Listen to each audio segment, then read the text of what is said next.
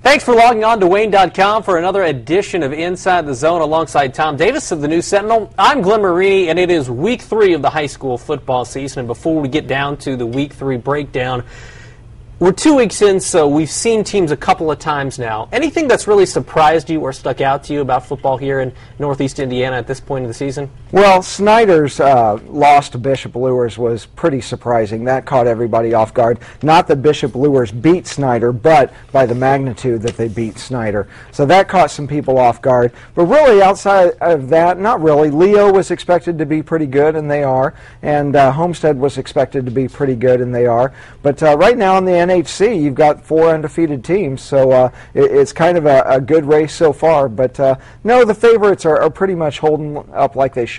Are you surprised in the SAC because at this point Luers and Dwenger have completely separated themselves, I think. Not saying that Snyder can't get back there, but early on in the season, I mean, it looks like a 2-horse race by a long shot. I do believe that it's a 2-horse race right now between those two, but I'll give credit to Northside. They've jumped out to a 2-0 start, and that has been a surprise to some people as well, because they're doing it really well with their defense. They're playing exceptionally well. So that's been a bit of a surprise too, but you know, at the end of the day, I think Homestead wins the NHC, Leo wins the ACAC, and Dwenger will probably beat Luers at the end of the year for the SAC title. Well, you mentioned how good the NHC has been to start, and that is where we're going to start breaking down this week's games, because when you take a look at the way things have shaken out the past couple years, East Noble Homestead is always a game that's going to help decide who wins the conference championship, and that will be the Highlight Zone game of the week on Friday night. What do you see heading into this game at Homestead that's going to be key for both of these squads? Well, I think the advantage Homestead has is they can do it on both sides of the ball this year.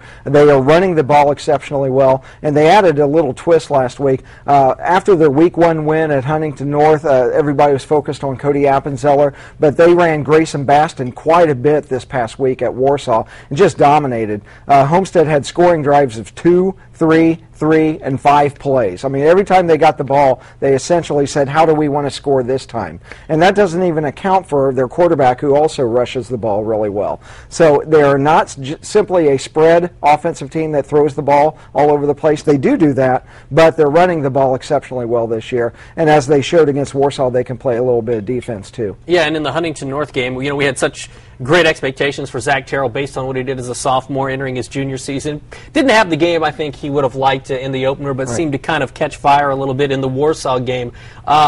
Is that going to be a point of contention for East Noble? Because last year he was the guy up at their place in Kendallville that really kind of set the tone for the Homestead offense and really pulled it out for the Spartans last year. Well, when I interviewed Zach after the Warsaw game the other night, what he talked about was, I will take what the defense gives me. If they bring everybody up, we'll throw it over the top. If they drop 8 guys back like Huntington North did, then we're going to run the ball till our heart's content. So he's not going into every single game thinking, I need to throw for 250, 300 yards for us to win. He's going into every single game looking at the defense and saying, okay, what are you going to do? We're going to do the opposite, and we're going to attack you this way. So Zach Terrell, I can tell you, doesn't care if he throws for 100 yards or 300 yards. He's just focused on getting the win. And to me, the big matchup in this is East Noble's offense, the speed that they have, the returnees that they have at the skill positions, against a Homestead defense that hasn't faced anything like that so far this year. Huntington had a good running back, a decent quarterback,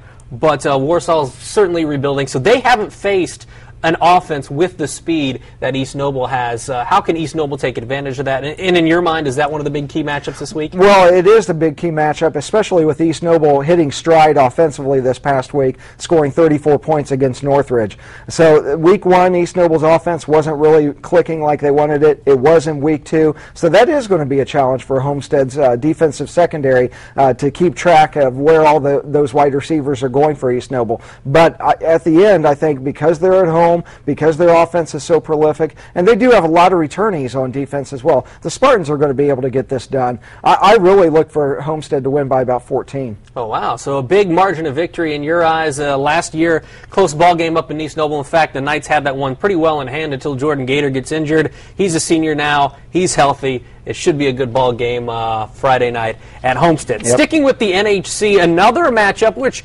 I think we could have picked that Belmont was going to be 2-0, but Columbia City has been a nice surprise for the folks, for the Eagles fans at 2-0 so far this year, and have done it in somewhat dominating fashion. Are you surprised at any of what you've seen from Columbia City? I'm surprised that they did it this quickly. Randy Hudgens has rebuilt the program, and I thought he would be a successful coach there, but to do it this quickly is really a bit of a surprise. But if you remember last year, they played exceptionally well late in the season, and so and another surprise to their game is they're doing it on the ground as much as they are through the air. Last week's 30-0 win, they didn't have to throw a ton because they were dominating Whitco on the ground, and that's what they did. They ran the ball very, very well. They didn't need to rely on the arm of Logan Rare.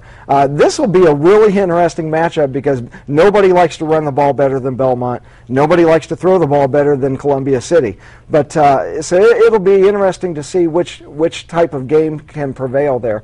But a lot of people in Columbia City are pumped up over what's going on up there. Randy Hudgens, former Pike assistant, has done a great job there in his 2 years. In fact, my brother-in-law is the assistant athletic director at Pike. He told me Columbia City's getting a good one when they hired him. Yeah, and one of the big challenges, as you kind of mentioned, is going to be Randy Hudgens and that defense against the Belmont offense, because although Belmont may not have played the level of competition perhaps that Columbia City has at this point, they've got 3 guys that can go for 100 yards every Friday night. So how does Columbia City stop what Belmont does? Not only that, but keep them from chewing up the clock, which is what the Braves love to do. They need to force turnovers with that defense, and what they need to also do is rotate some guys in there. What Belmont likes to do is run the ball all game long, and in the fourth quarter you're exhausted and they can break free on big runs. Like Riley Hankinson had a 95-yard run last week in the fourth quarter. That's a sign of a tired defense. And Belmont had 2 fourth-quarter rushing touchdowns last week to pull away for the win,